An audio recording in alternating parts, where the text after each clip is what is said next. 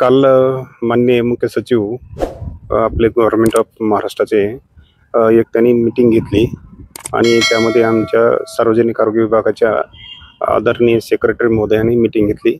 त्यांनी सर्व जेवढे काही अधिकारी आपले अधीनस्थ आहेत म्हणजे मग कमिशनर पासून ते खाली सिव्हिल सर्जन मेडिकल अफसर पर्यंत सगळ्यांच्या रजा कॅन्सल झालेल्या आहेत असं सांगितलं। सगळ्यांना आपापल्या हेडक्वार्टरला थांबण्याची सूचना दिली आणि माननीय जिल्हाधिकारी महोदयांनी काल मीटिंग बोलवलेली होती। त्या मीटिंगमध्ये त्यांनी सांगितलं की हेडक्वार्टरला राहा आणि मुख्यालयास थांबून आपल्याला या युद्धजन्य परिस्थितीमध्ये जे काही सेवा करायची आहेत त्या करा।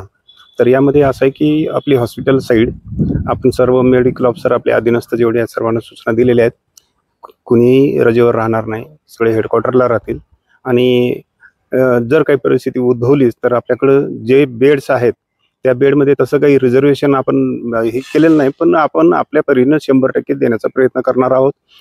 कुणी जखमी झाले, काही आजारी पडले, काही कारणास्तव युद्धामुळं युद्धजन्य परिस्थितीमध्ये काही आपल्याकडं इथपर्यंत त्याचे लोन आले तर आपण 100% याच्यामध्ये आपल्याकडं पूर्ण साहित्य आहेत, मेडिसिन आहे, जागा आहे।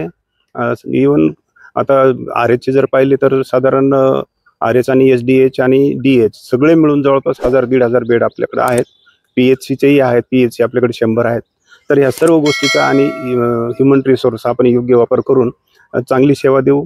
यामध्ये कॅन्टोन्मेंटच्या हॉस्पिटलच्या मॅडम कारखानीस मॅडमही येऊन गेलेल्या आहेत, त्यांचाही आपल्या हॉस्पिटलशी करार झालेला आहे। त्यांचे काही लोक युद्धजन्य परिस्थितीमुळे जम्मू काश्मीर भागामध्ये पूल केलेले आहेत, तर जर समजा उद्भवली इथली परिस्थिती काही जरी कठीण प्रसंग कसलाही उभा राहिला तर आपण 100% तयार आहोत।